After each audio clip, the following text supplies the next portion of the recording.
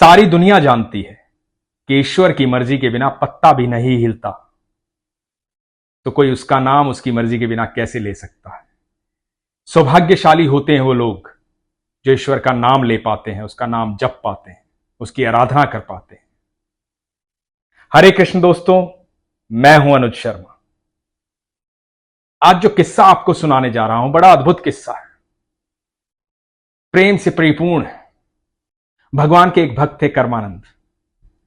बचपन से ही भगवान से प्यार, भगवान की आराधना, सिर्फ भगवान में मोह, और कुछ अच्छा लगता ही नहीं था। सिर्फ राधे राधे जपना, सिर्फ कृष्ण को याद करना, कृष्ण के संग ही रहना, कृष्ण के साथ ही बातें करना। थोड़े बड़े हुए तो सोचा कि यहां से चलता हूं वृंदावन की ओर। बचपन से सुनते आए थे कि ठाकुर वृंदावन में रहते हैं। वो मोर मुकुटधारी दुनिया में कहीं मिले ना मिले, लेकिन वृंदावन में जरूर मिलेगा। तो सोचा कि वृंदावन जाऊंगा, वहीं रहूंगा, ठाकुर के दर्शन करूंगा, ठाकुर से मिलूंगा, सुबह शाम कृष्ण की भक्ति में लीन। तो घर से निकलने लगे।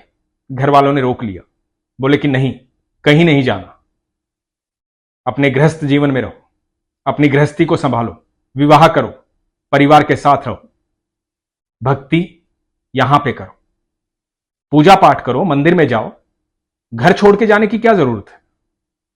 कर्मानंद तो घर में रहना ही नहीं चाहते थे। उनको भौतिकता पसंद ही नहीं थी, दुनिया से वैराग्य था, भगवान से मोह था। उनको जाना था बांके बिहारी के पास, लेकिन घर वालों ने रोक लिया। कुछ साल बीते, रहा नहीं जा रहा था, जाना था ठाकुर के पास। एक रात्रि जब सब निंद्रा में लीन थे, चुपचाप उठे, अपना सामान उठाया।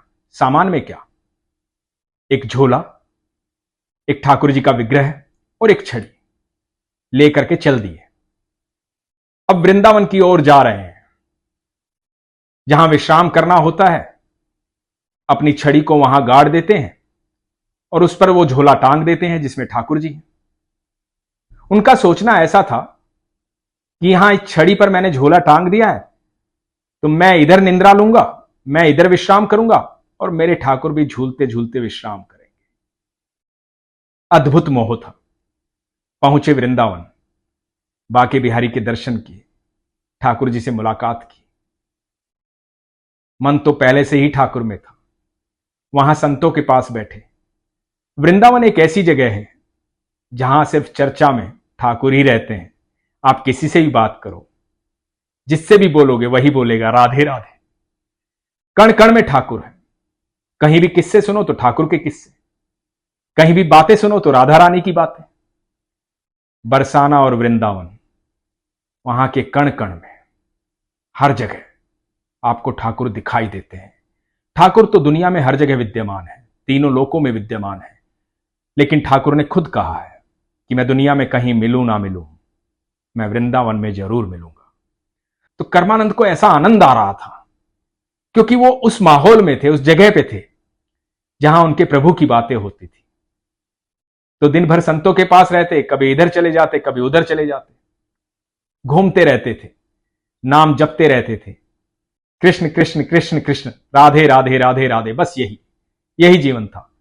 किसी ने भोजन दे दिया तो खा लिया, नहीं दिया तो कोई बात नहीं, उनका पेट तो कृष्ण के नाम से ही भर जाता था। तो एक दिन ऐसे ही वृंदावन से बाहर किसी गांव में गए थे। वहां उनको निंद्रा आ गई। एक पेड़ के नीचे ठंडी छांव में लेट गए। जब लेट गए तो अपनी छड़ी जो है हमेशा की तरह वहीं पे गाड़ दी। अब कर्मानंद जो है उम्र से थोड़े वृद्ध हो चुके थे। जब छड़ी गाड़ दी तो छड़ी गाड़ने के बाद अपना झोला जो है जिसमें ठाकुर जी हैं उनके, वो झोला छड़ी पर टांग दिया और सोने लगे। वो निश्चिंत हो जाते थे, क्योंकि उन्हें तो हमेशा लगता था कि यहां मेरे ठाकुर झूलते हुए सो जाएंगे और यहां मैं निद्रा में लीन हो जाऊंगा। हुआ यूं कि जब उनकी निद्रा टूटी तो सूरज ढल चुका था। विचलित हो गए कि जल्दी से वृंदावन पहुंचना है। झोला उठाया और चल दिए। जब वृंदावन पहुंचे तो ध्यान आया कि छड़ी लाना तो भूल ही गए, छड़ी तो वहीं रह गई। बड़े परेशान हो गए, बड़े दुखी हुए, रोने लगे कि अब मेरे ठाकुर को कैसे झुलाऊंगा। अब मैं नहीं सोऊंगा, क्योंकि मेरे ठाकुर नहीं सोएंगे। मेरे ठाकुर झूलेंगे नहीं तो सोएंगे नहीं। अब मैं भी जागता रहूंगा। और बहुत भाव विभोर हो गए, परेशान हो गए कि रात्रि में अब छड़ी लेने वापस जाऊं कैसे। बड़े दुखी थे। परेशान होकर के ठाकुर जी को झोले से बाहर निकाला। अब ठाकुर जी को बोलने लगे, अरे मैं बूढ़ा हो गया हूं, पर तुम तो जवान हो, तुम तो याद कर सकते थे ना। मैं थोड़ी अपने लिए वो छड़ी लेके घूमता हूं। अब कैसे झुलाऊंगा तुम्हें? तुम इतना भी नहीं कर सकते। अरे तुम मुझे याद दिलवा देते कि छड़ी वहां रह गई है। मैं तो जल्दी में था, भूल आया, लेकिन कुछ तो तुम्हें भी ध्यान करना चाहिए। और लगे ठाकुर जी को डांटने। इधर बैकुंठ में ठाकुर जी मुस्कुरा रहे हैं, बड़े प्रसन्न हैं, और राधा रानी देख रही हैं।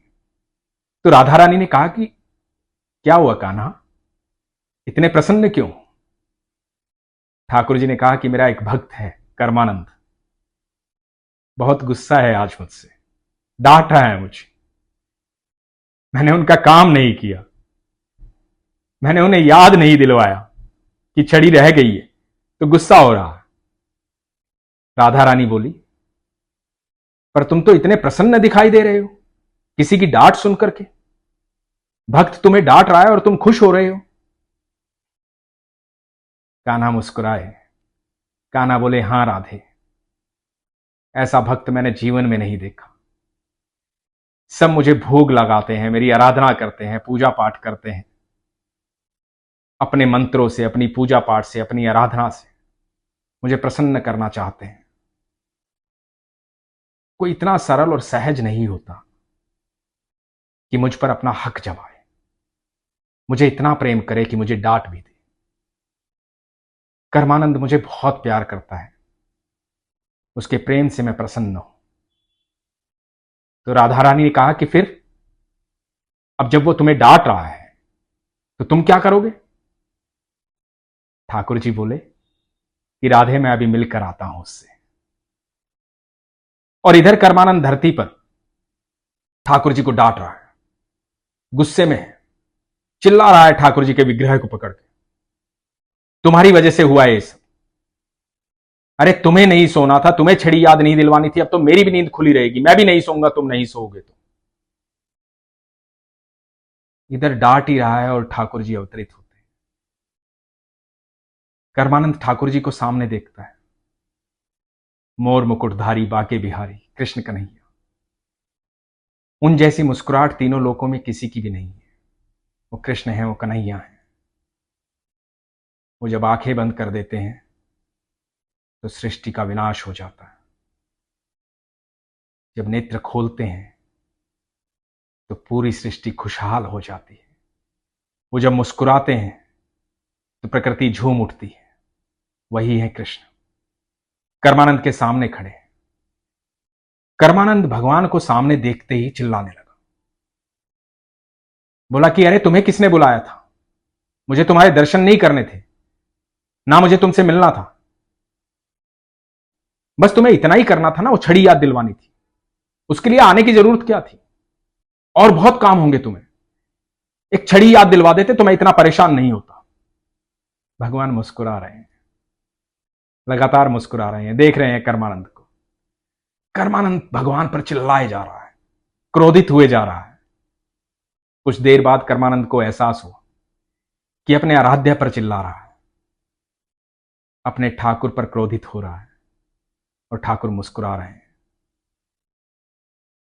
कर्मानंद ने कहा कि प्रभु क्षमा करें, क्रोधवश न जाने क्या क्या कह गया, मुझे माफ करें। आप ही मेरे सर्वेश्वर हैं, आप ही मेरे सब कुछ। मुझे तो इस बात का दुख हो रहा था कि अब मैं आपको झुलाऊंगा कैसे। मैं नहीं झुलाऊंगा तो आपको निंद्रा कैसे आएगी, आपको विश्राम कैसे मिलेगा। मुझे क्षमा करें प्रभु। दोस्तों, जब भगवान श्री कृष्ण ने गीता का उपदेश दिया था और अर्जुन को अपना रूप दिखाया था, तो अर्जुन ने भी यही कहा था कि मुझे क्षमा करें प्रभु, मैं तो बचपन में आपको हे कृष्ण, कृष्ण तो इधर आ, कृष्ण आ खेलते हैं, कृष्ण वहां क्यों बैठा है, कृष्ण ऐसे क्यों कर रहा है, मैं तो ऐसे संबोधित करता रहा और आप कभी क्रोधित नहीं हुए। मुझे नहीं पता था ठाकुर, आप सर्वेश्वर हैं। मुझे नहीं पता था भगवान, आप ही तीनों लोकों के मालिक हैं। यही अर्जुन ने भगवान से कहा था, यही कर्मानंद भी कह रहे थे कि मुझे क्षमा करो प्रभु। भगवान मुस्कुरा रहे थे। भगवान ने कहा, कर्मानंद, इतना प्रेम तो मुझसे किसी ने किया ही नहीं, इतना हक तो मुझ पर किसी ने समझा ही नहीं। लोग पूजा करते हैं, लोग भोग लगाते हैं, मंदिरों में आते हैं, अपनी इच्छाएं रखते हैं, लोग अपनी बातें कहते हैं। प्यार नहीं करता कोई, सरल नहीं है कोई, सहज नहीं है कोई, इच्छाओं के साथ मुझ तक पहुंचते हैं। और तेरी तो कोई इच्छा ही नहीं है। तू तो मुझे डांट रहा है इसलिए क्योंकि मेरी निंद्रा पूरी नहीं होगी। तू तो मुझे प्रेम करता है इसके लिए डांट रहा है। तेरे जैसा प्रेम तो किसी ने किया ही नहीं। मैं तेरी भक्ति से बहुत प्रसन्न हूं। बोल क्या चाहता है कर्मानंद। कर्मानंद भगवान को देख रहे थे, भाव विभोर हो गए। कर्मानंद ने कहा कि प्रभु, बस इतना सा कर दो, मैं बूढ़ा हो गया हूं, मुझसे रात्रि में वापस नहीं जाया जाएगा। जाकर वो छड़ी ला दो ताकि मैं आपको झूला झुला सकूं। भगवान मुस्कुराए, छड़ी लेकर आए। ऐसा भाव दुनिया में किसी का होता नहीं है, और जब होता है तो भगवान बैकुंठ छोड़ कर आते हैं। इतनी सरलता, इतनी सहजता जब भक्ति में आ जाती है तो ईश्वर, तीनों लोकों के जो स्वामी, बैकुंठ से अपने आप आपके सामने आ जाते हैं। क्योंकि जितना प्रेम हम उनसे करते हैं उससे कहीं ज्यादा प्रेम वो हमसे करते हैं। अपनी भक्ति में सरलता लाइए, अपनी भक्ति में सहजता लाइए। प्रेम कीजिए दिल से, स्वार्थ से नहीं। ईश्वर आपकी हर बात सुनते हैं। कर्मानंद की भी हर बात सुन रहे थे। ईश्वर हम सब की हर बात सुनते हैं। लेकिन जिस भक्त में सरलता होती है, सहजता होती है, उसकी बात, उसके मन का भाव बैकुंठ में जाता है। और वहां बैकुंठ में बैठे ठाकुर उस भक्त पर विशेष कृपा करते हैं, उसे दर्शन देते हैं, उससे मिलने आते हैं, उसकी बात साक्षात सुनने आते हैं। इसलिए मैं हमेशा कहता हूं, अपने अंदर सरलता लाओ, सहजता लाओ, अपने ठाकुर से प्रेम करो, अपने कृष्ण से प्यार करो, अपने ईश्वर से प्रेम करो। आप जब ईश्वर से प्रेम करते हैं तो इस पूरी सृष्टि में आपका कोई कुछ नहीं बिगाड़ सकता, क्योंकि सारी सृष्टि के मालिक वही हैं। इसलिए हमेशा अपने विश्वास को मजबूत रखो, अपना ख्याल रखो। हरे कृष्ण।